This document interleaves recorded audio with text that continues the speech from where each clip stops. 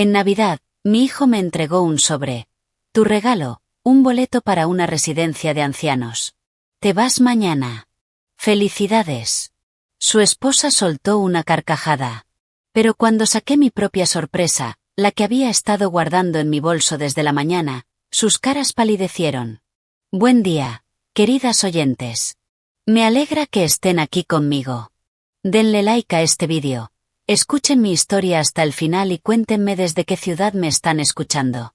Así puedo ver hasta dónde ha llegado. Solía pensar que conocía a mi hijo. Ese pensamiento todavía me visita a veces, tarde en la noche, cuando la casa está en silencio, el radiador hace ese tic-tic constante y las sombras en el techo se ven exactamente igual que cuando Brad tenía 7 años y yo me sentaba a su lado, leyéndole hasta que se dormía. Yo conocía el olor de su cabello, el sonido de su risa, y esa forma tan particular que tenía de mentir. Esa mirada de reojo, esa sonrisa demasiado rápida. Pensé que conocía todo eso. Pensé que ese tipo de conocimiento era permanente. Como uno cree que una casa es permanente, hasta que los cimientos se mueven. Me llamo Margarita Ellis. Tengo 72 años. Viví, durante mucho tiempo, en la casa que mi difunto esposo, Gerardo, y yo compramos en 1987. Una casa blanca de estilo colonial en la calle Sycamore, en un pequeño pueblo a las afueras de Columbus, Ohio. Gerardo murió hace 11 años. Cáncer de páncreas. 41 días desde el diagnóstico hasta el final. Después de eso, mantuve la casa, mantuve el jardín, me mantuve ocupada, como hacen las viudas cuando están decididas a no convertirse en una carga para nadie. Hacía voluntariado en la biblioteca los martes. Caminaba casi 5 kilómetros cada mañana. Tenía mi club de lectura, mi vecina Ruth, mi gato Oliver y mi huerta de hierbas. No estaba sola. Me cuidaba de no estarlo. Brad era nuestro único hijo. Yo estaba orgullosa de él, de esa manera simple en la que las madres lo están, antes de empezar a ver con claridad. Trabajaba en seguros, un puesto intermedio. Nada espectacular, pero estable. Se casó con Tiffany hace 8 años. Tiffany tenía 34, era rubia teñida y llevaba ese tipo de sonrisa que llega apenas un segundo tarde, como una traducción de otro idioma. Yo lo intenté. Dios sabe que lo intenté. Llevaba comida casera, recordaba cumpleaños, preguntaba por los hijos de su hermana por nombre. Ella siempre era perfectamente educada, y yo siempre me iba de su casa sintiéndome ligeramente borrada. La primera señal de alerta, creo, fue la pregunta sobre los impuestos de la propiedad. Era un domingo de marzo, 14 meses antes de Navidad. Brad y Tiffany vinieron a almorzar, y yo preparé carne al horno como le gustaba a Gerardo. Estábamos sentados en la mesa de la cocina cuando Brad preguntó, casi casualmente, como si se le hubiera ocurrido en ese momento, cuánto creía yo que valía la casa hoy en día. Le dije que no lo había pensado mucho. Él dijo que una casa en la misma calle se había vendido por 480.000. Dijo que el mercado estaba muy fuerte, y ahí usó una palabra que se me quedó clavada como un anzuelo. Manejable. Dijo que un lugar más pequeño sería más manejable para una mujer de mi edad. Cambié de tema. Pero lo recordé. 2 meses después, Tiffany empezó a enviarme artículos impresos. Venían en sobres, con una etiqueta de remitente que tenía un pequeño girasol. Artículos sobre personas mayores y la soledad, sobre riesgos de caídas en casas antiguas. Uno sobre una mujer en Michigan que murió sola y no fue encontrada durante una semana. Leí cada uno. Guardé cada uno. Luego vinieron las visitas del amigo asesor financiero de Brad, un hombre llamado Derek, que usaba mocasines sin medias incluso en noviembre. Mientras tomaba el café que yo misma le preparé, me preguntó si había considerado crear un fideicomiso que protegiera mis bienes mientras permitía que miembros de la familia ayudaran a administrarlos. Le dije que lo pensaría. No le ofrecí más café. Aún no estaba asustada. Pero estaba prestando atención. Y entonces llegó la Navidad. La casa olía a canela y pino. Había decorado como siempre, la corona en la puerta, el nacimiento que la madre de Gerardo había traído de Pensilvania, las luces blancas en la chimenea. Brad y Tiffany llegaron al mediodía. Ella llevaba un vestido rojo y tacones demasiado altos para un almuerzo familiar. Y noté que miraba el living, como quien observa un espacio que ya está reorganizando mentalmente. Comimos. Abrimos regalos. Y entonces Brad metió la mano en el bolsillo interno de su saco y sacó un sobre blanco. Me lo extendió con una sonrisa que nunca le había visto. Amplia. Satisfecha. Como la de alguien que ya había ganado. Mamá, dijo, tu regalo este año es un poco diferente. Tomé el sobre. Lo abrí. Dentro había un folleto de un lugar llamado Meadow Pines Residencia Asistida, y una carta confirmando una reserva a mi nombre, con fecha de ingreso el 26 de diciembre.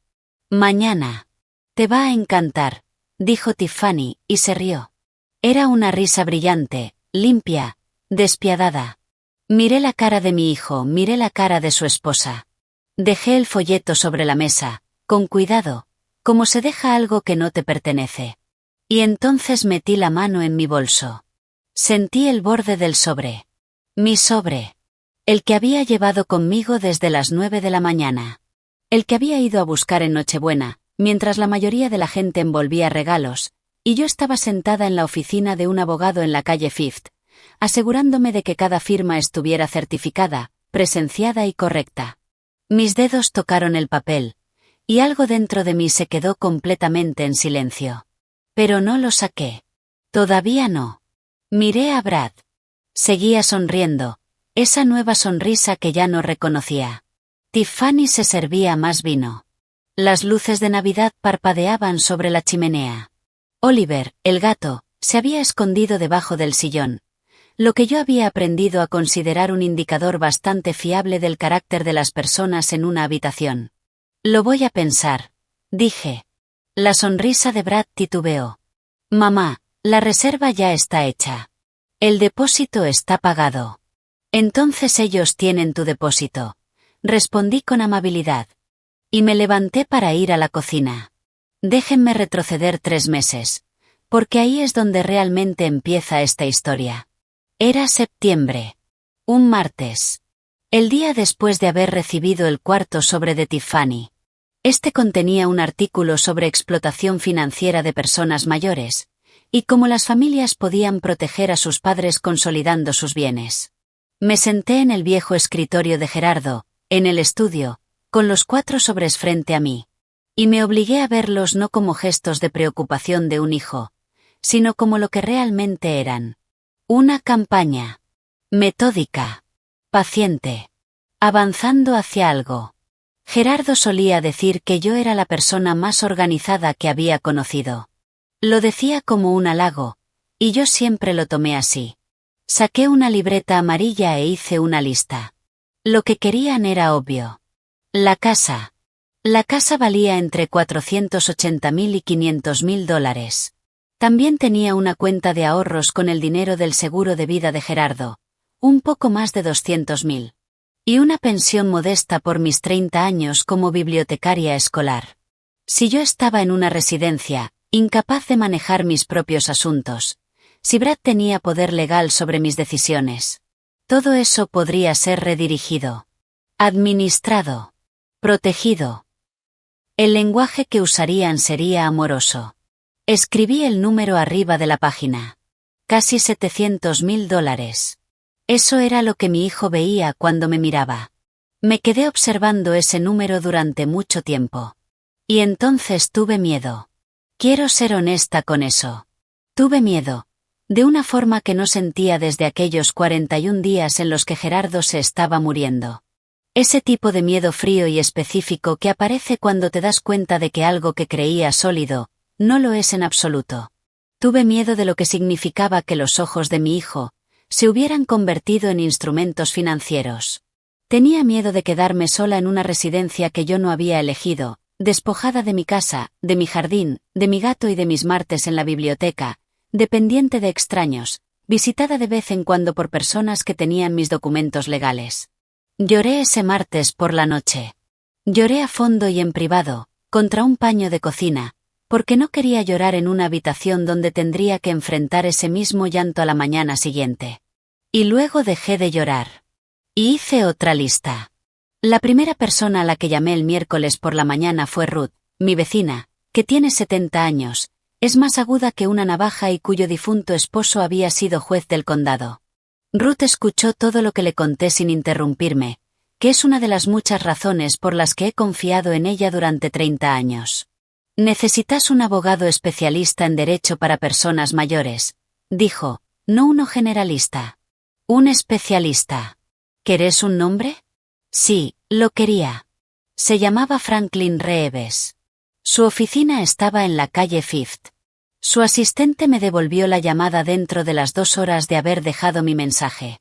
Pero antes de ver a Franklin Reeves, hice 2 cosas por mi cuenta. Primero, fui al banco y me reuní con una mujer llamada Sandra, del departamento de cuentas. Tranquilamente, sin hacer ningún drama, cambié ciertas estructuras de mis cuentas y actualicé las designaciones de beneficiarios.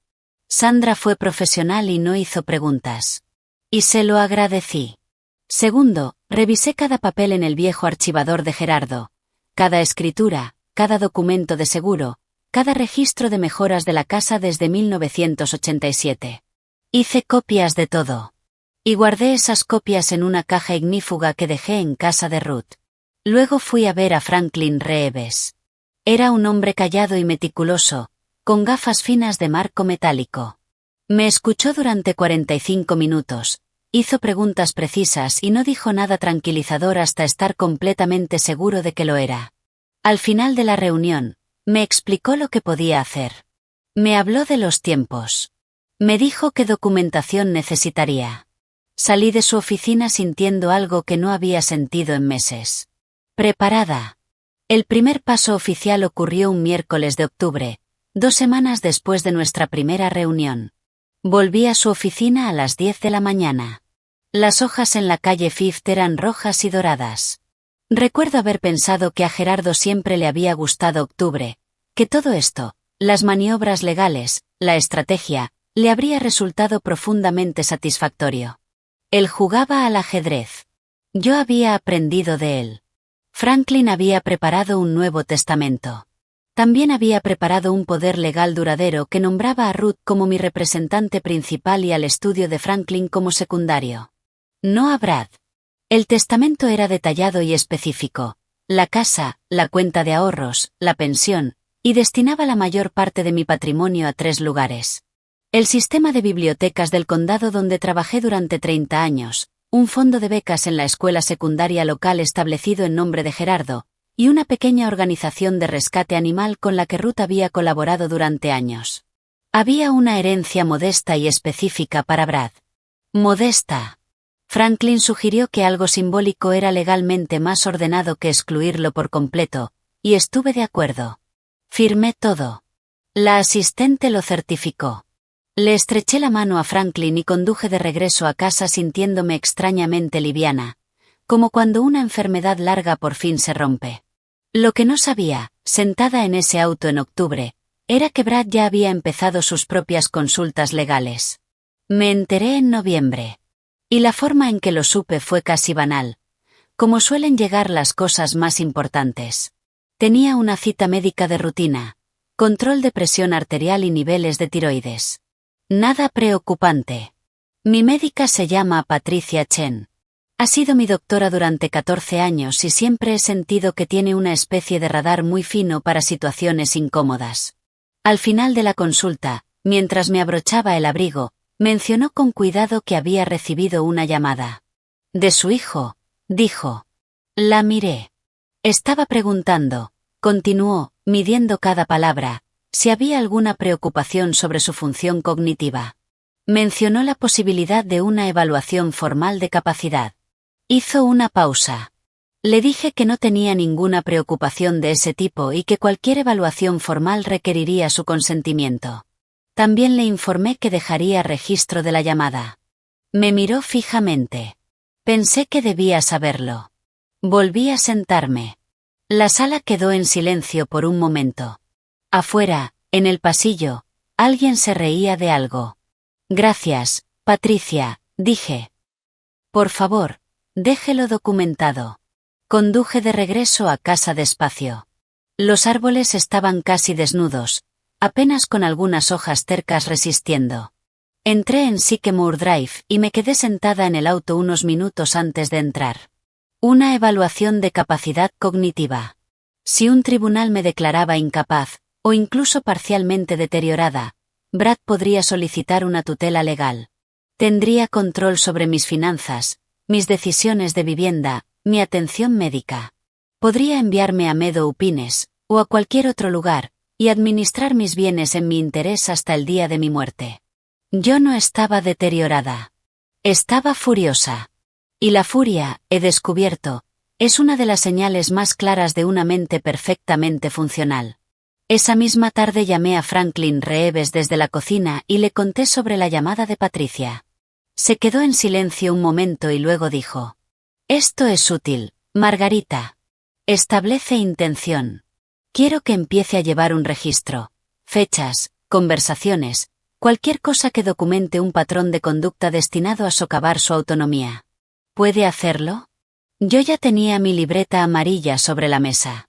Esa misma noche también llamé a Ruth y le conté. Dijo varias cosas que no voy a repetir aquí, porque Ruth, cuando se enfada, tiene el vocabulario de una marinera retirada, lo cual siempre me ha parecido refrescante y apropiado. Pero esto es lo que realmente significaba la llamada del médico, sentada allí en mi cocina con la libreta frente a mí. Ellos no estaban esperando. Estaban construyendo un caso, en paralelo. Mientras yo reorganizaba silenciosamente mi estructura legal, Brad y Tiffany estaban haciendo lo mismo desde el otro lado. Una evaluación de capacidad. Una plaza reservada en una residencia. Y Derek, el asesor financiero, apareciendo casualmente, sugiriendo fideicomisos y gestión de activos.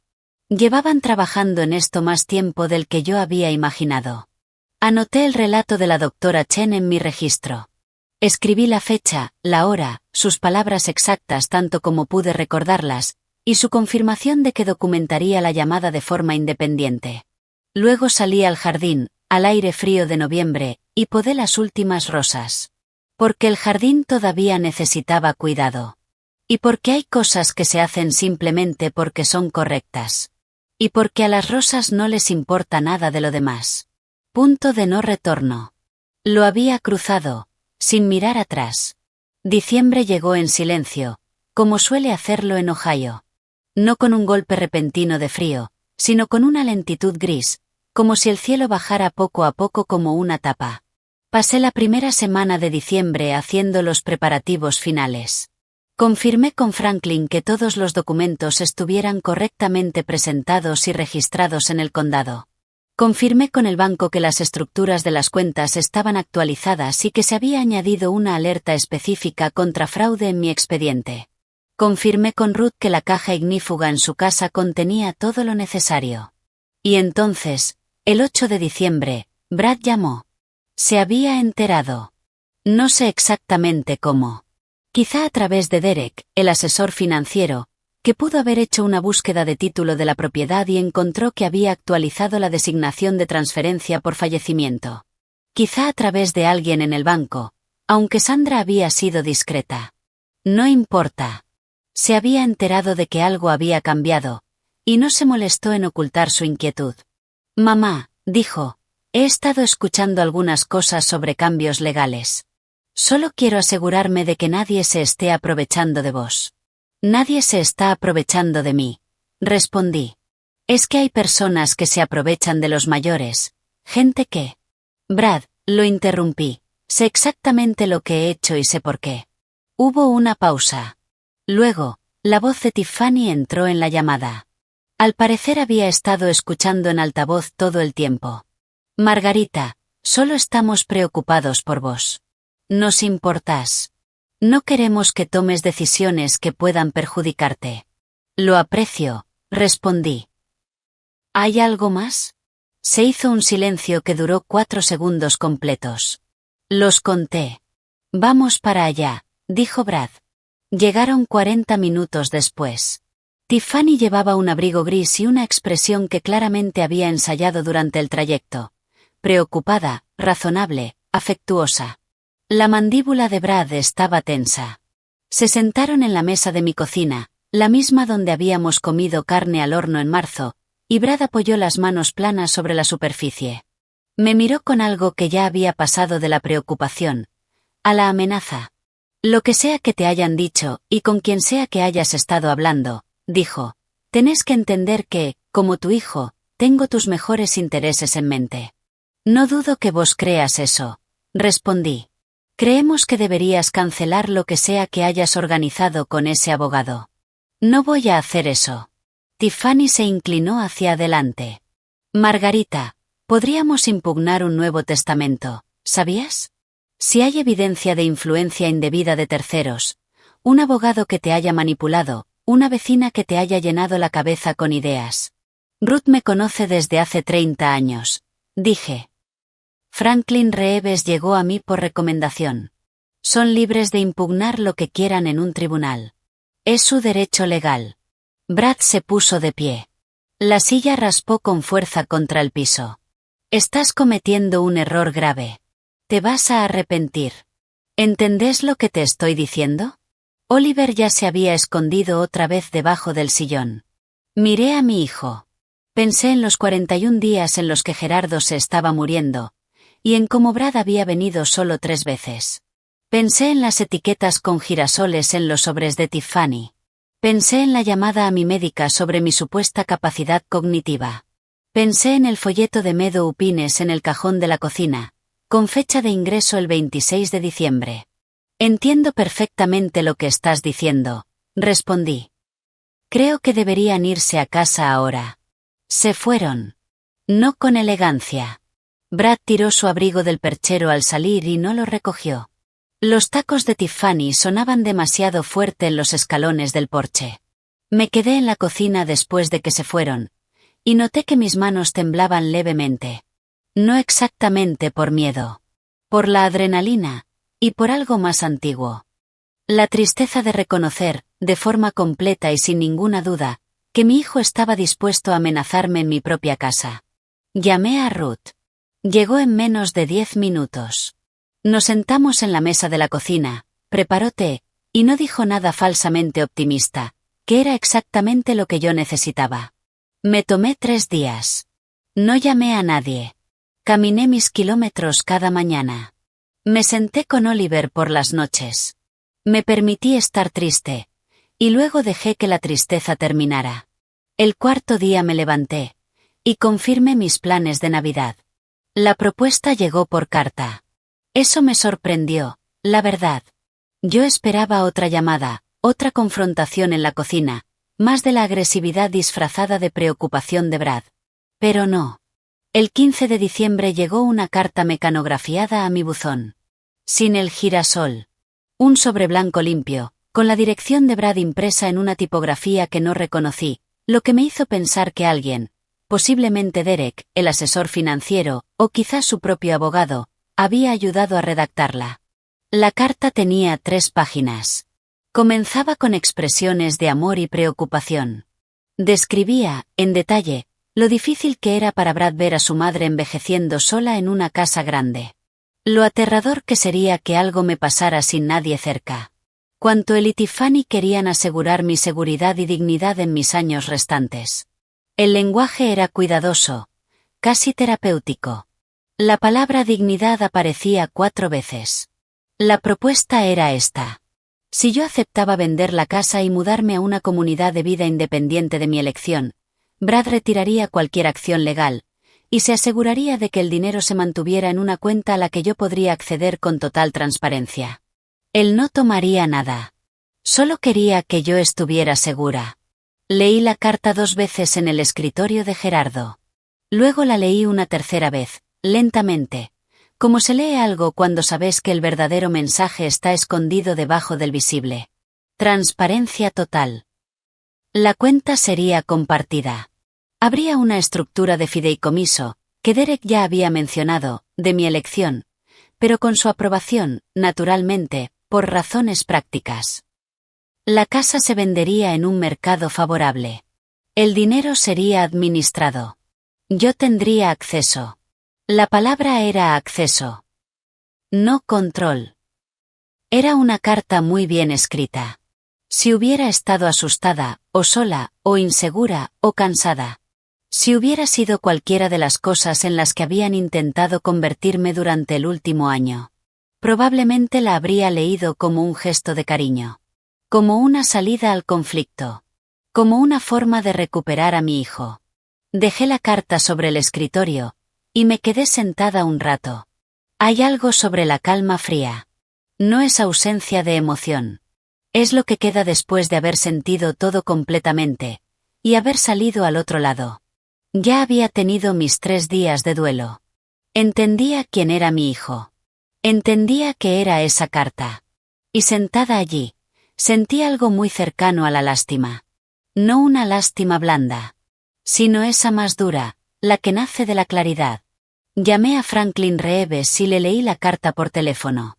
Se quedó en silencio un momento y luego dijo: «Guárdela. Póngale fecha. Va al expediente». La guardé. Le puse fecha.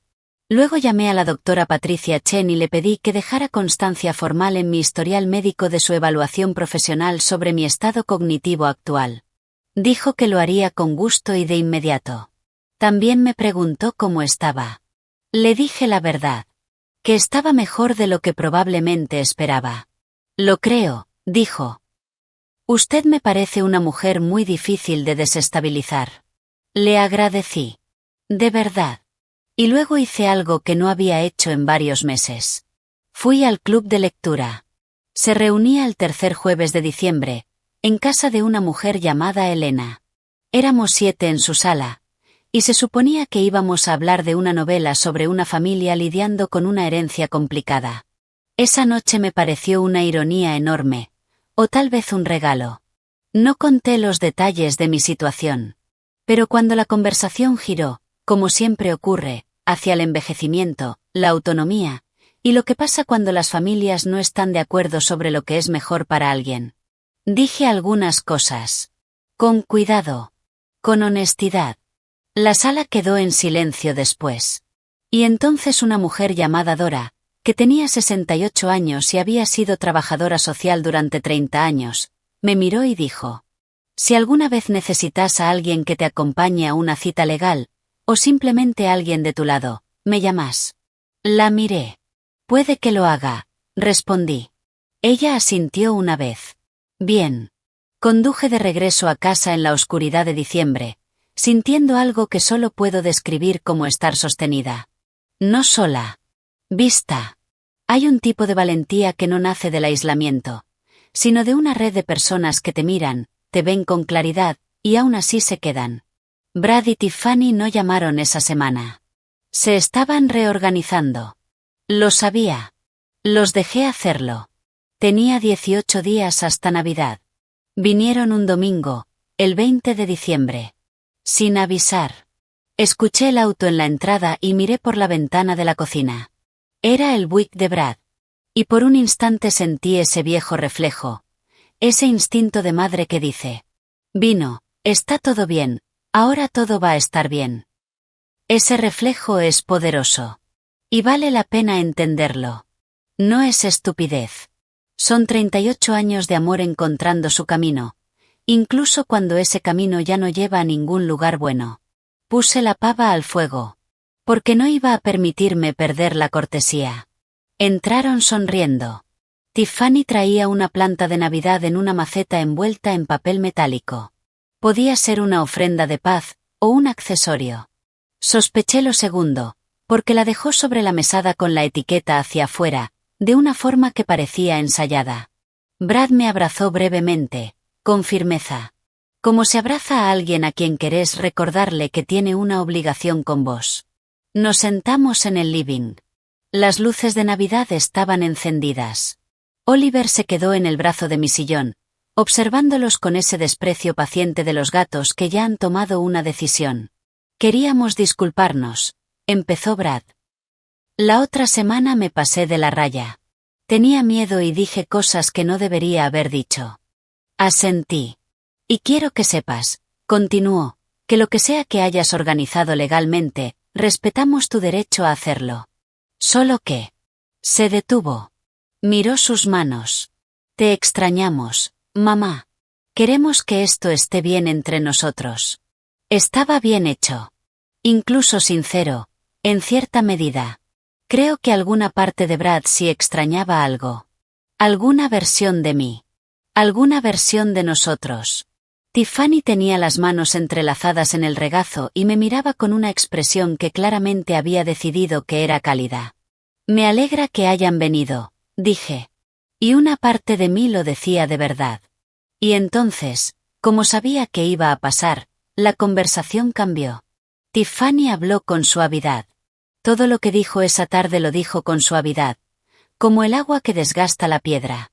Dijo que entendía que yo tenía preocupaciones sobre mi futuro. Que esas preocupaciones eran válidas. Que ella y Brad habían estado hablando, y querían proponer algo diferente. No me do opines. Entendían que eso había sido, hizo una pausa, abrupto. Pero, ¿y si yo iba a vivir con ellos? Tenían una habitación libre. Sería temporal. Solo para ver cómo me sentía. Brad podría encargarse de la casa, administrarla, tal vez alquilarla, mantener los ingresos para mí, o venderla en primavera, cuando el mercado estuviera en su punto más alto. Mis finanzas seguirían siendo mías, por supuesto, pero ellos podrían ayudarme a gestionarlas, solo para quitarme el estrés. Somos tu familia, dijo. ¿Quién más va a cuidar de vos? Miré la planta de Navidad sobre la mesada, con la etiqueta hacia afuera. Es una oferta generosa, respondí. No tenés que decidir ahora, dijo Brad rápidamente. Si fuera a vivir con ustedes, dije, con un tono conversacional, como si realmente lo estuviera considerando, ¿qué pasaría con la casa? Hubo una vacilación muy leve. Bueno, habría que resolverlo de forma práctica, ya que no estarías viviendo acá. ¿Y mis cuentas? Solo estaríamos ayudándote. ¿Y el testamento que ya registré en el condado? Silencio. Las manos de Tiffany, aún entrelazadas en su regazo, se tensaron ligeramente. Miré sus nudillos. Margarita, dijo. Y ahora la suavidad tenía otro matiz. Como el sonido del agua justo antes de caer por un borde. Estamos tratando de ser tu familia. Estamos tratando de darte una salida, porque lo que estás haciendo, lo que ese abogado te ayudó a organizar, va a lastimar a la gente. Va a dañar a esta familia de formas que no se pueden reparar. Hizo una pausa. Y creo que lo sabes. Y creo que lo estás eligiendo deliberadamente. Y creo que eso es algo muy triste que una madre le haga a su hijo. La habitación quedó en silencio. Oliver miró a Tiffany. Luego me miró a mí. Creo que deberían irse a casa, dije. Brad se puso de pie. Esta vez no estaba enojado. Estaba frío. Y eso era peor. Esta es la última vez que lo intentamos, dijo. Lo que pase después de Navidad es responsabilidad tuya. Después de que se fueron, me quedé en la ventana de la cocina viendo cómo el Buick salía de la entrada. Mi corazón latía un poco más rápido de lo normal. Lo noté como se nota el clima. Pero el miedo es información. Y lo que me decía era simple. Se habían quedado sin opciones. 6 días para Navidad. La mañana de Navidad llegó con nieve. No mucha. Una capa fina, ligera, que se posó sobre el jardín, sobre los rosales desnudos, y convirtió el césped en algo que parecía sacado de una tarjeta navideña. Me levanté a las 6. Hice café y me quedé en la ventana de la cocina, viendo cómo la luz se volvía gris y blanca sobre Sycamore Drive. Oliver estaba en el alféizar, observando la nieve con interés filosófico. Había dormido bien. Quiero dejar eso claro. Dormí bien en Nochebuena. Me desperté tranquila, serena, con una claridad absoluta sobre lo que traería ese día. Tenía el número de Ruth listo en el teléfono. El de Dora. El de la oficina de Franklin Reeves, y su celular, que me había dado precisamente para una situación como esta. Y tenía el sobre. Esa mañana me preparé un desayuno como corresponde. Huevos revueltos, tostadas, café con crema. Porque creo que el cuerpo merece estabilidad en los días difíciles. Puse la mesa para una persona. Me senté. Comí despacio. Miré la nieve. Pensé en Gerardo, como suelo hacerlo en Navidad. No con ese dolor punzante de los primeros años, sino con algo más suave ahora. Como una compañía cálida. Como si estuviera justo fuera de mi campo de visión. Pensé que todo esto le habría parecido extraordinario. Habría preparado su café fuerte, horrible, y se habría sentado en ese escritorio con los papeles legales extendidos, leyendo cada palabra 2 veces, con verdadero placer. Lavé los platos. Me vestí. Me puse los pendientes de perlas que Gerardo me regaló en nuestro aniversario número 25. Porque hay días que merecen ese tipo de punto final.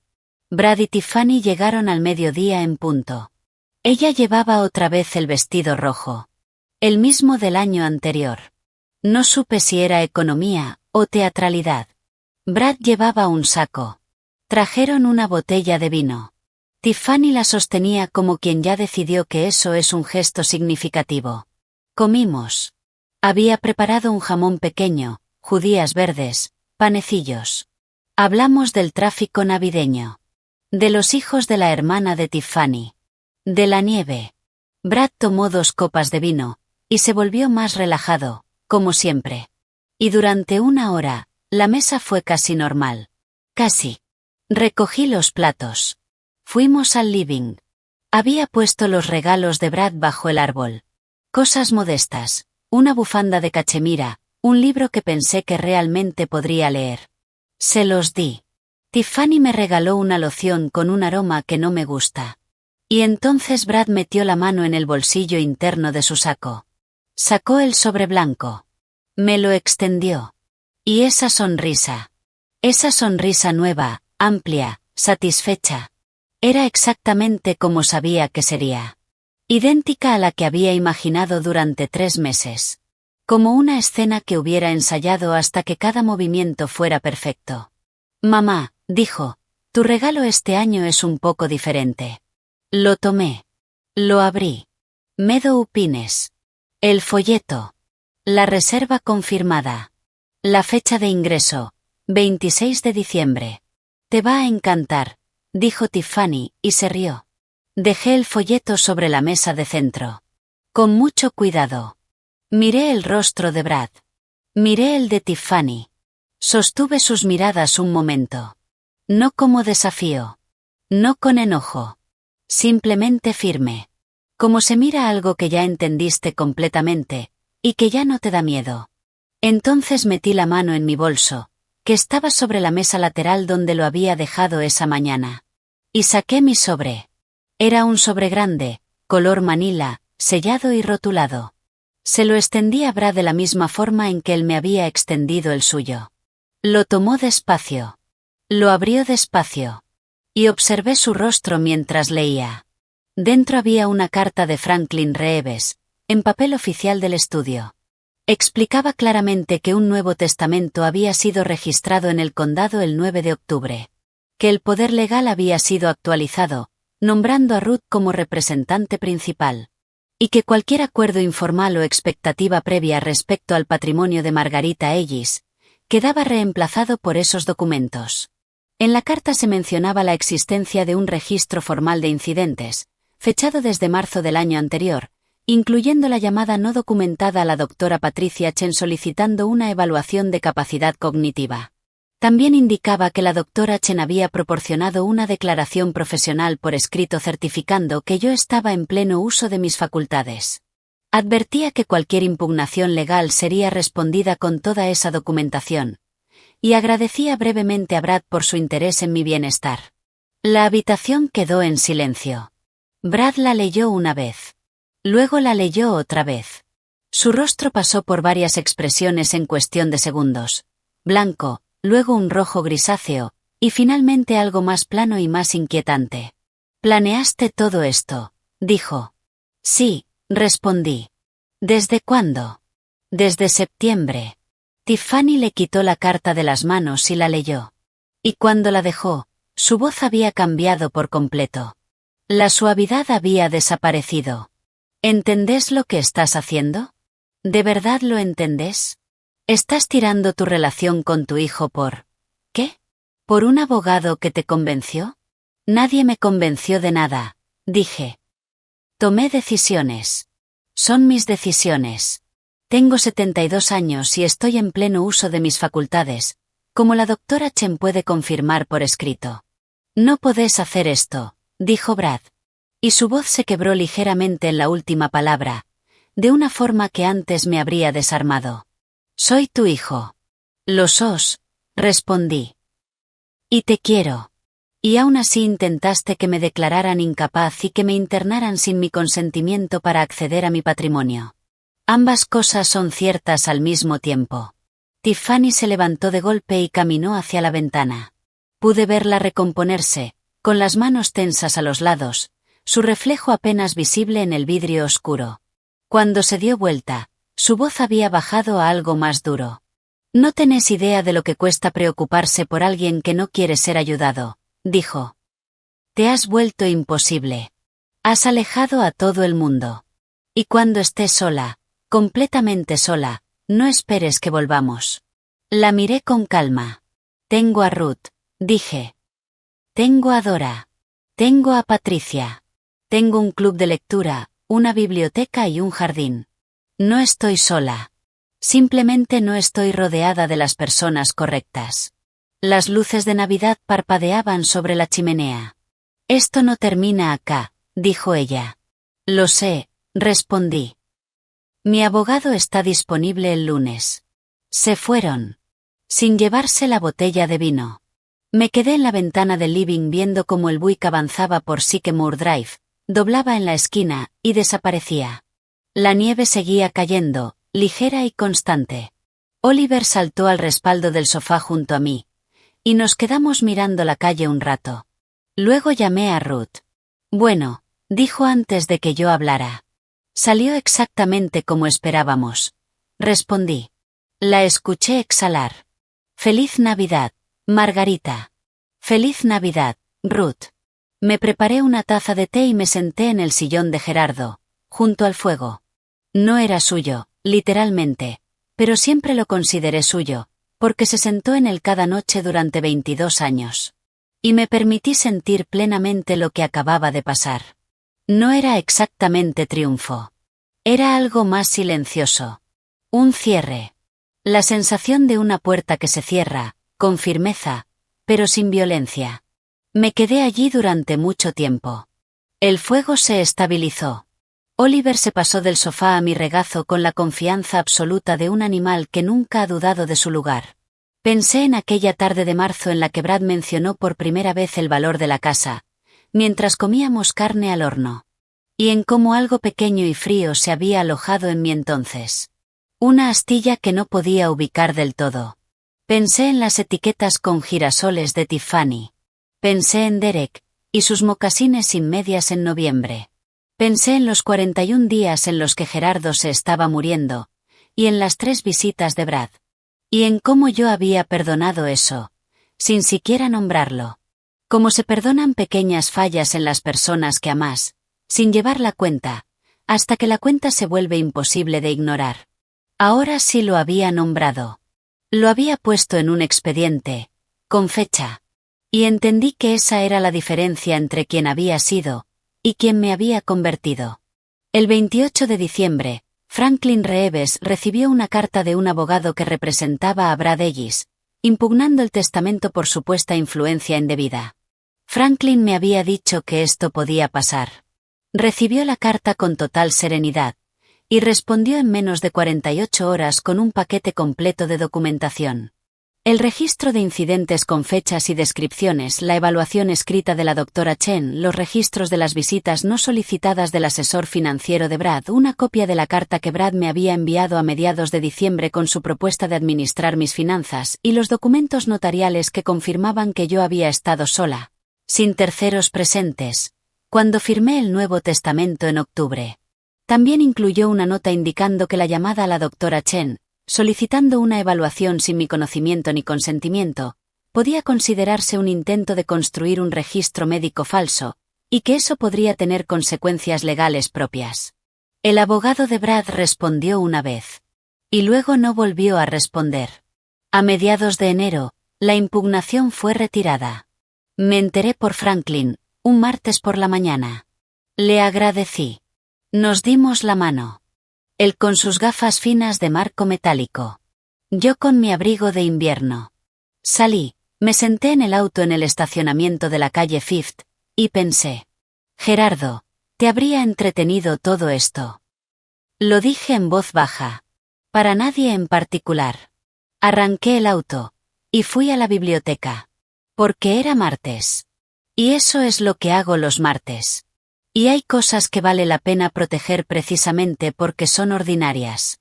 En febrero recibí una notificación del abogado de Brad. Mi hijo cortaba contacto formalmente. La carta era cuidadosa, legal. Decía que no respondería llamadas ni correspondencia. Correspondencia. Como si 38 años de vida juntos fueran una relación comercial que se da por terminada. Leí la carta. La guardé en el expediente. Fui a la biblioteca el martes. Pero en febrero también pasó otra cosa. Algo que no esperaba. Una mujer del barrio de Brad, a quien Tiffany aparentemente le había contado su versión de los hechos, habló con un conocido en común, que habló con Dora, de mi club de lectura. La historia que llegó hasta mí, a través de esa cadena, era que Tiffany había dicho que yo estaba inestable. Que un abogado me había manipulado. Que Brad había intentado ayudar a su madre mayor. Y había sido cruelmente rechazado. Dora me llamó y me lo contó con la neutralidad precisa de una trabajadora social retirada. Déjalos decir lo que quieran, dije. Solo quería que lo supieras, respondió ella. Lo sé, dije. Y sé lo que dicen los documentos. Lo que aprendí en esos meses fue esto. Las historias que otros cuentan sobre vos solo son peligrosas si vos no tenés la tuya. Yo tenía la mía. Con fecha. Notariada. Firmada. Registrada en el condado de Franklin, Ohio. La versión de Tiffany existía en rumores de barrio. No eran equivalentes. Y la gente, en mi experiencia, tarde o temprano entiende la diferencia entre una historia que se sostiene y una que solo pide ser creída. En marzo hice revisar el jardín. Planté 3 nuevas variedades de rosas que a Gerardo le habrían gustado. Ruth me ayudó a plantarlas un sábado de finales de abril. Las dos con las manos en la tierra, con guantes, y Oliver supervisando desde el porche. Y fue una de las mejores mañanas que había tenido en mucho tiempo. La casa en Sycamore Drive era mía. La cuenta de ahorros era mía. Mis martes en la biblioteca eran míos. Mi club de lectura, mi jardín, mi gato, mis hierbas, mis caminatas matutinas, todo mío. Sin disputas. Sin interferencias. No me habían llevado a Meadow Pines. No había movido a nadie a ningún lado. Simplemente me negué a ser movida. Llegó la primavera, y con ella esa ligereza particular que sigue a un invierno largo. Cumplí 73 en abril. Ruth organizó una cena pequeña, solo 6 personas, en casa de Elena. Había una torta de limón mejor que cualquiera de restaurante. Dora estaba allí. También vino Patricia Chen, lo que me sorprendió y me emocionó. Nos quedamos 3 horas alrededor de la mesa. Y nadie habló de testamentos. Ni de propiedades. Ni de conflictos familiares. Hablamos de libros, de jardines, de un viaje que Elena planeaba a Portugal, y de si la biblioteca debería ampliar su programa de préstamo de semillas. Esa noche volví manejando con la ventana apenas abierta, aunque todavía hacía frío. Y pensé, esta es mi vida. Esta es su verdadera forma. ¿Y qué forma tenía? No la que había imaginado a los 30, ni a los 50, ni siquiera a los 65, cuando estaba frente a la tumba de Gerardo en el viento de noviembre, preguntándome qué vendría después. Era más pequeña en algunos sentidos, y más grande en otros. Más silenciosa donde antes había ruido. Y sorprendentemente llena donde había esperado encontrar vacío. Ese año aprendí algo que me habría gustado saber antes. Que una vida puede reconstruirse a los 73, con los mismos materiales disponibles a cualquier edad. Honestidad, buen asesoramiento legal, y las personas correctas alrededor de una mesa un jueves por la noche. Quiero ser clara sobre lo que pasó con Brad y Tiffany. Porque importa decirlo. Yo no lo causé. No provoqué sus problemas. Lo único que hice fue negarme a rescatarlos de las consecuencias de lo que ya eran. En junio, me enteré por Ruth, que tiene un primo que trabaja en la misma compañía de seguros donde trabaja Brad, que a mi hijo no le dieron un puesto de alta gerencia que esperaba y que lo tomó mal. Se volvió difícil en el trabajo. Discutía con su supervisor. Y recibió una advertencia formal. No conocía los detalles, ni los busqué. Pero la imagen que se fue armando encajaba perfectamente con lo que yo sabía de él. Brad, bajo presión, primero se volvía irritable, luego rígido, y finalmente autodestructivo. Tiffany había contado su versión de la historia de Navidad a demasiadas personas. Y el problema de una historia que no resiste el análisis es que tarde o temprano alguien la analiza. Varias personas en su círculo social me conocían.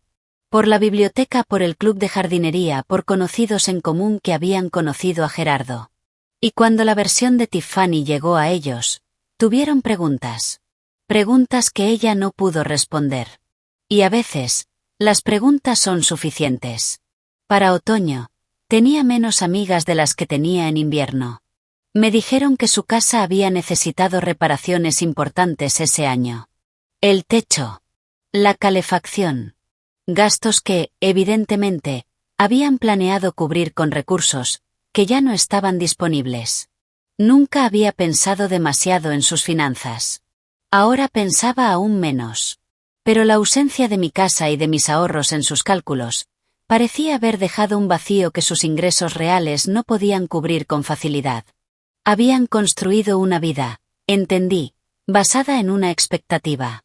Y las expectativas, cuando se construyen sobre la propiedad de otra persona, tienen la costumbre de derrumbarse cuando esa persona decide no cooperar. No sentí satisfacción por eso.